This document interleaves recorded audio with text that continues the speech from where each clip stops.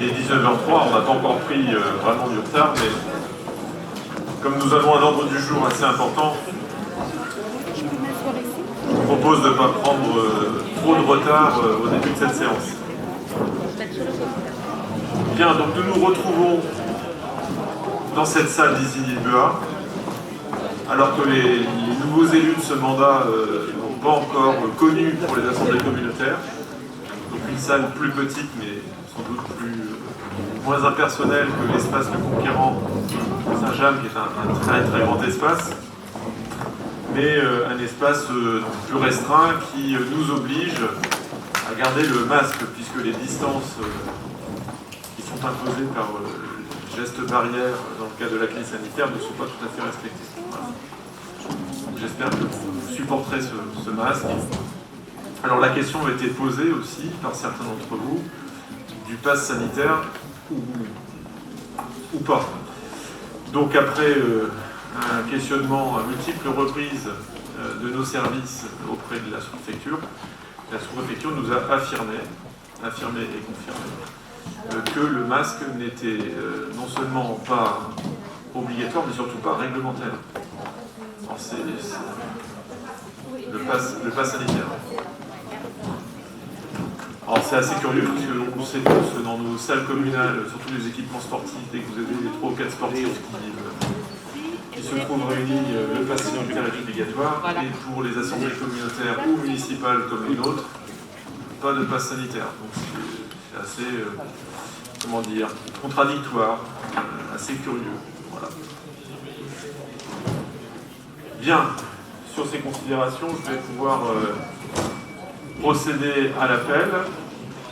Enfin, à l'appel, je vais surtout nommer les personnes qui sont absentes excusées et surtout nommer les remplaçants et les pouvoirs lorsqu'il y en a. Donc, Thierry Armand donc, est absent excusé. Alain Bachelier, absent excusé, il est remplacé par Frédéric Renaud, ici présent. Raymond Béchet, absent excusé, a donné pouvoir à Philippe Aubray. Daniel Binet, pouvoir, donc absent excusé, pouvoir à Éric Caillot. Éric doit être là. Alain Baudin, absent excusé, donne pouvoir à Didier Noël. Katia Clément, absente excusée, donne pouvoir à Vincent Bichon. Vincent est arrivé. Il est là. Bonjour Vincent. Éric Courteil, absent excusé, remplacé par Joël Fermin. Bonsoir. Bertrand Gilbert, absent excusé, est remplacé par... alors, on a mis JP Kozicki. Voilà, donc c'est Jean-Pierre. Voilà. David Garlavé, absent excusé, a donné le pouvoir à Catherine Brunorine qui est présente. Martine Herbert, absent excusé. Christophe Ernaud, absent excusé, qui est remplacé par Agnès Payen. Bonsoir. Bertrand Eudes, absent excusé. Martine Hulin, absent excusé. Véronique Hunkel, absente excusée, remplacée par Serge Hurtiguéga, que j'ai vu. Philippe Leboine, absent excusé, a donné pouvoir à Joël Lefrat. Joël est là, bonsoir Joël. Thierry Lemoine, absent excusé, a donné pouvoir à Gérard Daligo, que j'ai vu.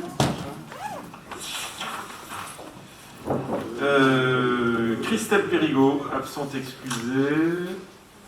Claudine Sauvé, absente excusée, a donné pouvoir à Stéphane Lelièvre, qui n'est pas encore arrivé, mais qui va nous rejoindre, j'imagine. Xavier Tassel, absent excusé, est remplacé par Monique Soul. Alors, est-ce qu'elle est là, Monique ? Bonsoir. Et Quentin Tiercena-Pasquet, donc absent excusé, qui donne pouvoir à Angélique Ferreira, qui est présente. Voilà. Alors, si vous avez des pouvoirs ou vous êtes là pour remplacer une personne qui est absente, faites-le savoir, de façon à ce que ce soit inscrit. On a fait déjà. D'accord. D'accord, donc 2 pouvoirs supplémentaires. Donc Hervé Linné qui donne pouvoir à Annie Parent et Camille Péché qui donne pouvoir à Jacques Luquin. Quoi qu'il en soit, nous avons le quorum. Alors il y a quelqu'un qui cherche sa place là.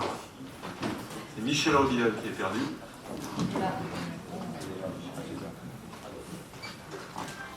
Bien, écoutez, je vous propose d'examiner les points de notre ordre du jour. Alors, Avant de commencer à examiner les différentes questions, donc, je dois vous annoncer qu'il y a une recomposition de notre conseil communautaire suite à la démission de Mme Souela Belaïdi, donc, qui était conseillère municipale à Pontorson. Et donc Souela est remplacée par Véronique Delépine, qui est désormais conseillère communautaire pour la commune de Pontorson. Donc je ne sais pas si Véronique est présente.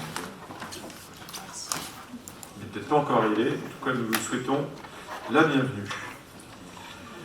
Alors, nous avons aussi l'obligation, en début de séance, de désigner un secrétaire de séance. Et dans l'ordre du tableau, donc c'est Xavier Tassel. Parce que Xavier est arrivé, il n'est pas là, il en a un pouvoir. Et donc, c'est ensuite Mickaël Béraud. Si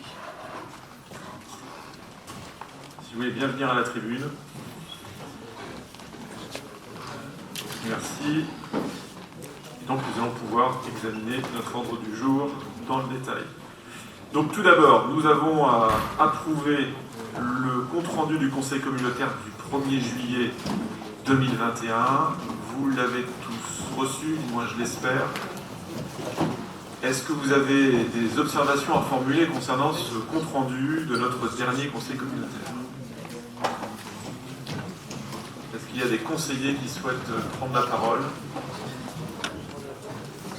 avant que nous mettions en voix ce compte-rendu? Pas de remarque particulière, donc je vous propose de vous saisir de votre boîtier de vote.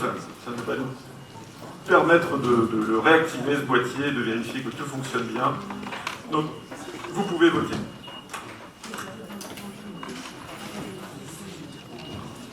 Alors, pour allumer le boîtier, vous appuyez sur la touche C, et ensuite, vous validez et vous appuyez sur OK. Voilà, il faut bien...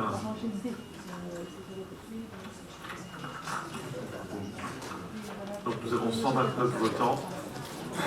Alors 129 votants, 129 élus communautaires, et vous n'avez pas encore l'état des lieux exact, et ça va venir pour la prochaine question.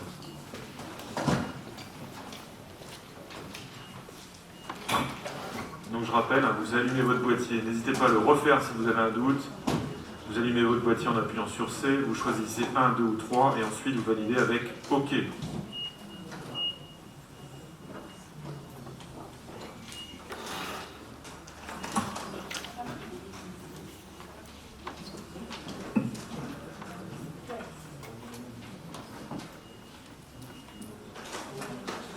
Voilà, donc le vote est clos, donc nous avons 94 votes exprimés, en tout cas numériquement, j'entends, puisqu'il y a parmi ces 95 votes, donc un vote qui est une abstention et une large majorité. Donc le compte-rendu du 1er juillet est adopté. Alors le premier point, qui est un point d'administration générale, c'est moi qui vais le rapporter, c'est la présentation du rapport d'activité 2020. Alors ce rapport d'activité, vous le savez, est une obligation qui est inscrite dans la loi et notamment dans le Code général des collectivités territoriales. Et donc le président doit adresser chaque année au maire de chaque commune qui compose l'organe délibérant de l'Assemblée communautaire ce rapport, ainsi que le compte administratif de la collectivité, enfin de l'EPCI, donc compte administratif qui est arrêté par l'organe délibérant. Donc les comptes administratifs 2020 ont été adoptés par la délibération de cette année, le 15 avril, et le rapport d'activité fait l'objet d'une communication par le maire au conseil municipal en séance publique, au cours de laquelle les représentants de la commune à l'organe délibérant d'établissement public de coopération internationale sont entendus. C'est-à-dire que c'est à chacun de vous, à vous, maire, mais aussi pour les communes plus importantes qui ont plusieurs élus communautaires, de faire la présentation de ce rapport. Ainsi, donc, ce rapport d'activité pour l'année 2020 est présenté à l'Assemblée délibérante avant d'être transmis aux communes pour communication devant les conseils municipaux. Alors, la règle, c'est la plupart du temps de ne pas faire une présentation exhaustive. Le projet, c'est bien de remettre le document entre les mains des élus de façon à ce qu'ils s'y l'approprient et éventuellement qu'ils puissent poser des questions au nom du conseil municipal. C'est la façon la plus facile de travailler, puisque faire une présentation exhaustive du document, ça peut être un peu fastidieux. Et ce que je vous propose ce soir, c'est de parcourir de manière plutôt diagonale ce document, qui, oui, on me le rappelle, a été également présenté dans les pôles territoriaux. Donc c'est un document qui n'est pas non plus complètement inconnu pour nous. Donc, ce que permet ce rapport, c'est d'avoir un état des lieux sur une année donnée des différentes activités de la communauté d'agglomération, d'avoir des chiffres mis à jour, qui nous permettent d'avoir les idées claires sur ce que nous sommes d'un point de vue territorial. Et puis, lorsque l'on est questionné par des usagers de nos services publics, par des collègues conseillers municipaux ou même par des fonctionnaires territoriaux, eh bien, on a des réponses claires à apporter. Je trouve que c'est important. C'est vrai que la loi, pour le coup, a permis de nous offrir un outil qui fait de la lumière sur ce que nous sommes en termes d'institutions. Donc, il y a un rapport sur les différentes instances qui composent le PCI, avec les élus que nous sommes, le fonctionnement avec les différentes instances, donc le conseil communautaire, les pôles territoriaux, les comités d'orientation, les bureaux bien évidemment, un point important sur les budgets qui sont je veux dire consommés, en tout cas qui sont utilisés pour nos politiques, la mise en œuvre de nos politiques.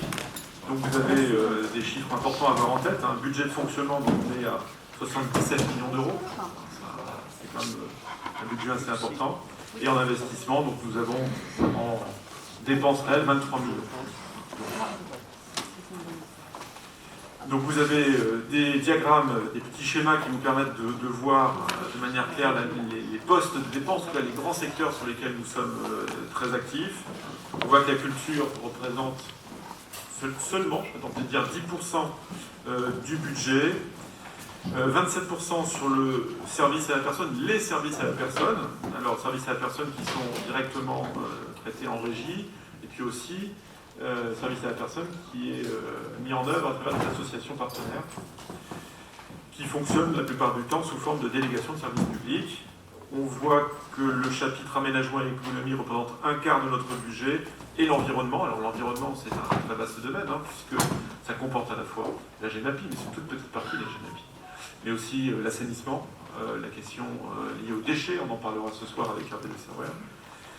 Et puis bien évidemment, tout ce qui concerne la gestion du grand cycle de l'eau. Enfin, on en parle souvent avec le traitement de nos bassins, de têtes de bassins versants, le replantage des haies, l'entretien des fameux cours d'eau. Donc il y a une multiplicité d'actions, de métiers qui, en effet, justifient que 38% de notre budget soit consacré à l'environnement avec un grand E. Vous avez en face les recettes. Donc vous voyez que les recettes concernant les différents chapitres sont à peu près corrélées. Donc je ne rentre pas dans le détail du budget, vous aurez tout le loisir de vous approprier les différentes thématiques et les différents secteurs de chacune de ces thématiques. Les moyens humains, à savoir les ressources humaines, sont également bien détaillés dans ce document, avec à la fois l'organigramme général de la communauté d'agglomération, donc un organigramme qui est structuré aujourd'hui de manière, je qualifierais assez efficace. Alors, sachant que le rapport d'activité de 2020 présente une réalité qui a évolué, puisqu'aujourd'hui, ça se fera dans le prochain rapport que vous le verrez apparaître, restructuré autour donc, du directeur général des services, je vais y arriver, le masque n'est vraiment pas pratique pour s'exprimer, qui est aujourd'hui assisté de 3 directeurs généraux adjoints, qui correspondent aux 3 grands secteurs d'activité. Nous aurons l'occasion d'en reparler. Sur les moyens humains, donc vous avez dans le détail les différents pôles avec les différentes directions. Vous avez aussi différents diagrammes qui vous présentent la façon dont la population d'hommes et de femmes, les populations d'hommes et de femmes se répartissent. On voit qu'on a des effectifs qui sont plutôt féminins. Mais on a eu l'occasion d'en parler d'ailleurs sur ce rapport qui est également obligatoire et qui doit nous permettre de faire l'état des lieux justement sur cet équilibre de la parité homme-femme dans nos effectifs. Donc la partie 2 porte sur la direction générale, c'est presque une sorte de note d'intention qui transparaît à travers ce rapport, avec la volonté d'instituer des méthodes de travail qui nous inscrivent dans ce qu'on appelle le mode projet, gestion mode projet. Donc avec décrit dans ce chapitre la façon dont les services fonctionnent autour d'un comité de direction qui est structuré autour du directeur général des services. Donc l'idée, c'est d'avoir différents espaces de travail. Il y a la direction de la relation au territoire, la direction générale des services, la direction de la modernisation et des partenariats et la direction de la communication, qui travaillent de concert et qui essaient de dialoguer les unes avec les autres. Donc vous avez direction par direction les effectifs qui sont affichés, la façon dont les choses fonctionnent. Chapitre intéressant qui nous concerne directement ce soir, c'est ce que vous avez à l'écran. Donc pour 2020, nous avions 10 séances de conseil communautaire, 275 délibérations, donc des délibérations qu'il faut préparer en amont, donc rédigées, avec une obligation d'être particulièrement précis, notamment dans le cadre réglementaire qui nous est imparti, puisque derrière, vous le savez, toute délibération fait l'objet d'un envoi en préfecture pour passer par le contrôle de légalité. Alors, le contrôle de légalité ne vérifie pas toutes les délibérations, elle s'attarde bien souvent sur les textes pour lesquels il y a plus d'enjeux d'un point de vue réglementaire, mais je crois pouvoir dire que nos délibérations sont rarement retoquées. Quand elles le sont, souvent, vous vous en souvenez, on les repasse parce qu'il y a eu peut-être 2 délibérations en une. Je pense notamment aux désignations de collègues dans des instances partenaires. Parfois on va un peu vite, on délibère sur le fait d'adhérer à l'instance et en même temps on désigne les personnes qui vont y siéger. Alors souvent, la préfecture nous dit qu'il faut faire ça en 2 temps. Ça nous est arrivé de 2 reprises de mémoire. Donc quoi qu'il en soit, c'est aussi une machine qui est relativement performante. Nous avons aujourd'hui le bonheur dont nous avons le bonheur de bénéficier, avec encore une fois, je veux dire, des choses qui se passent au long cours et qui demandent une mobilisation forte des services. Donc sur la direction des modernisations et des partenariats, donc l'idée est bien d'être dans une démarche prospective, avec un projet d'administration qui est aujourd'hui un document cadre qui fixe des axes assez importants. On développe aussi cette notion d'évaluation des politiques publiques avec un système de veille, et on aura l'occasion d'en reparler, cette dimension d'évaluation de notre capacité à déployer nos services publics. Nous allons devoir l'amplifier encore, notamment dans le cadre de notre délégation de services publics. La Cour des comptes demande à l'ensemble des territoires de France de bien veiller à ce que l'argent public soit bien utilisé, et c'est vraiment cette partie de notre administration qui est à la manœuvre, avec plusieurs élus qui sont impliqués, dont le vice-président ressources, n'est-ce pas David ? Le projet de territoire est également un document qui est important, un document cadre, sur lequel nous espérons pouvoir être toujours bien appuyés lorsque nous prenons des décisions.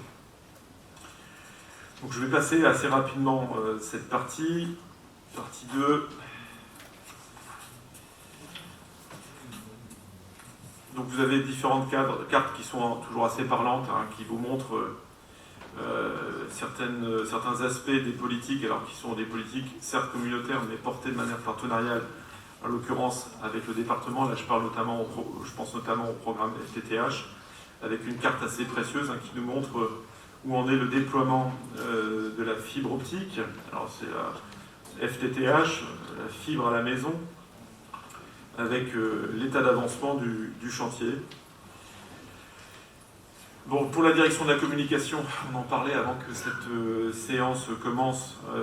Je serais tenté de dire qu'on a un service ici qui est très performant depuis le début de l'existence de notre BCI, qui a su donner une image de marque, alors qui continue à évoluer, qui reste encore à travailler, et qui permet d'exister à la fois à l'échelle de nos 95 communes, mais aussi en dehors de notre territoire communautaire.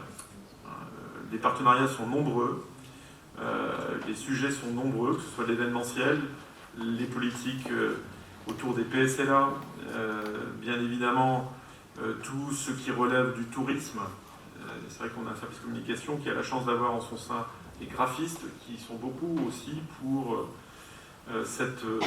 voilà, Jessie me fait signale que vous avez sur vos tables la brochure de présentation de la saison culturelle et surtout de l'ouverture qui aura lieu dimanche à Avranches. Et ça, c'est vraiment réalisé par le service communication, hein, qui est un service très créatif et qui cherche à retranscrire d'une certaine manière l'identité de notre région. Il y a aussi de nombreux partenariats. Il faut savoir que le service communication coopère très souvent avec le secteur hospitalier, le secteur de la santé, dans différents domaines d'ailleurs, hein, que ce soit sur le recrutement de médecins, sur la valorisation des projets PSLA ou même d'opérations de santé. Là, ce week-end, vous aurez une opération autour des DOTIS. Donc les DOTIS, c'est, personne forcément connaît cet acronyme, c'est l'entité au sein du centre hospitalier de la Grande-Bretagne qui s'occupe du prélèvement d'organes dans le cadre du don d'organes. Et donc une opération de communication va avoir lieu entre Granville et Avranches ce week-end. Et toute la communication qui va se décliner tout au long de l'année a été coproduite par le service communication. Alors la troisième partie porte sur le pôle ressources, avec un titre explicite des moyens pour agir. Donc le pôle ressources, c'est à la fois la direction des finances, la direction des ressources humaines, mais aussi tout ce qui relève de l'achat public, hein, marché public. Et ces trois dimensions, finalement, les ressources humaines, ressources financières et la dimension réglementaire des marchés publics est indispensable pour l'engagement de tout projet. Donc vous avez les différentes missions qui sont décrites de manière précise pour chacune de ces dimensions, hein, avec les différentes missions. Donc vous voyez que la direction des finances, elle a des missions extrêmement importantes, puisque c'est bien cette direction qui suit notre PPI, hein, notre plan pluriannuel d'investissement. L'exécution des budgets, bien évidemment, passe par cette direction, avec certes le budget principal, mais aussi les budgets annexes qui sont encore assez nombreux. On a combien d'avis de budgets annexes aujourd'hui? 11 budgets annexes. 9, on est descendu à 9, oui, voilà, l'abattoir n'est plus un budget annexe. Voilà, donc ça demande un travail de suivi extrêmement important. Il y a aussi, bien évidemment, la gestion de la dette et de la trésorerie, le suivi du patrimoine, des immobilisations et des amortissements, et là c'est un chapitre sur lequel nous allons devoir travailler dans les mois qui viennent, on aura l'occasion d'en reparler. Et puis aussi l'assistance à l'ensemble des services dans l'élaboration budgétaire, puisque chaque service est chargé d'élaborer son propre budget, avec ensuite une consolidation de l'ensemble des données, et en ce moment avec David et tous les collègues vice-présidents qui sont à la tête, entre guillemets, de l'ensemble des services communautaires, nous sommes en phase d'audit pour que chaque service nous présente où il en est dans sa préparation budgétaire, dans la perspective du vote du budget.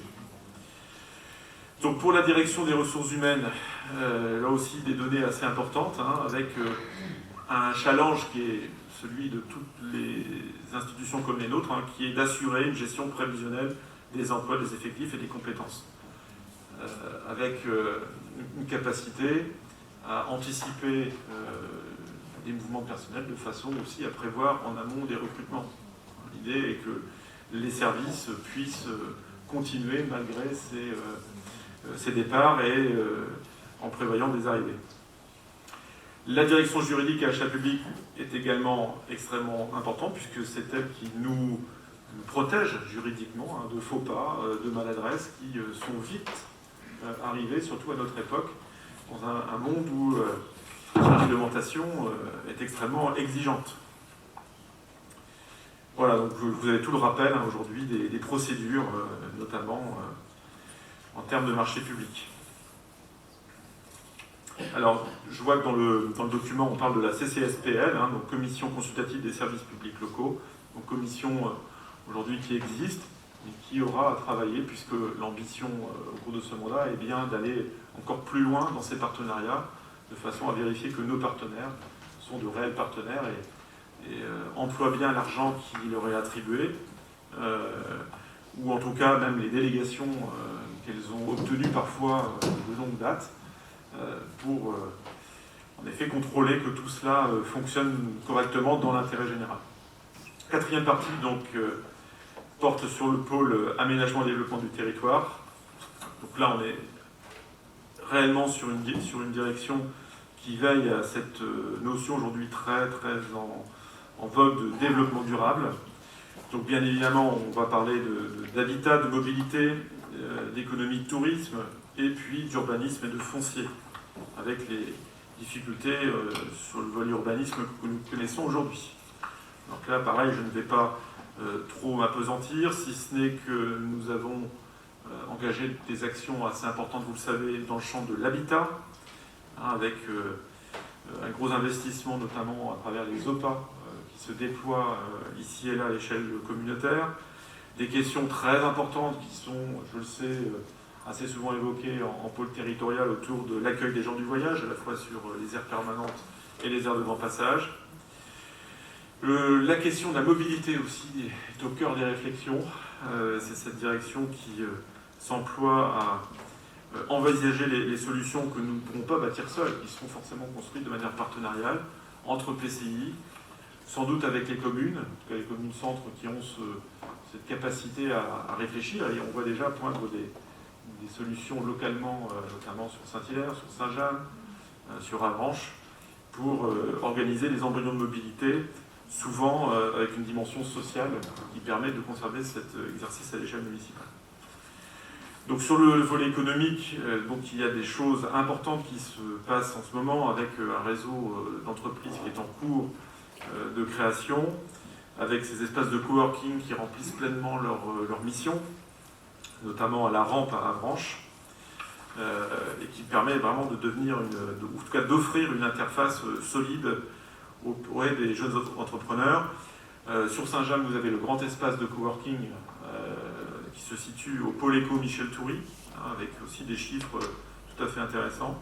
Et puis bien évidemment, il y a toutes ces zones qu'il nous faut valoriser et qui, dans ce contexte actuel, finalement, en tout cas, sont très sollicitées. Voilà, donc je passe assez vite sur cette partie. Toutes les données sont à l'intérieur. Voilà, donc sur la direction de l'environnement, j'en parlais rapidement il y a quelques instants. Donc avec 3 services et un seul défi, la protection et la préservation de notre environnement. En effet, au-delà de la question strictement environnementale et de la qualité de nos territoires, de nos cours d'eau, il y a aussi une dimension touristique évidente. Il est évident que si notre région, de manière générale la Manche, la baie du Mont-Saint-Michel, trouve, surtout dans un contexte économique un peu différent, ou avec un tourisme qui est en train de se reformater, si nous trouvons aujourd'hui une fréquentation que je pourrais quasiment qualifier à la hausse, c'est aussi parce que nous avons cette image de territoire vert. Et c'est cette dimension-là qu'il va falloir que nous cultivions, sans mauvais jeu de mots, dans les années qui viennent.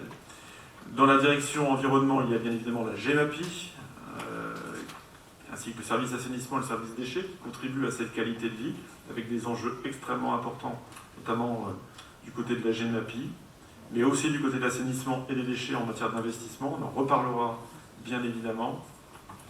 Donc avec à la fois des systèmes de collecte, je pense, des déchets qui sont en régie, mais aussi qui passent beaucoup par des contrats avec des entreprises tierces. Et des enjeux autour de la tarification et de l'harmonisation à l'échelle de notre communauté d'agglomération. Voilà, je passe assez vite, puisqu'il y a beaucoup de choses que vous connaissez bien, ou qui ont déjà été bien évoquées. Alors, les services techniques constituent aussi une part importante de notre action, puisque nous avons un parc bâtimentaire extrêmement important, sans doute trop important. Nous avons engagé une grande réflexion autour de l'habitat, des logements communautaires qui atteignent presque le nombre de 200, qui constituent un nombre de 204 logements exactement, même s'il y a eu quelques sessions depuis.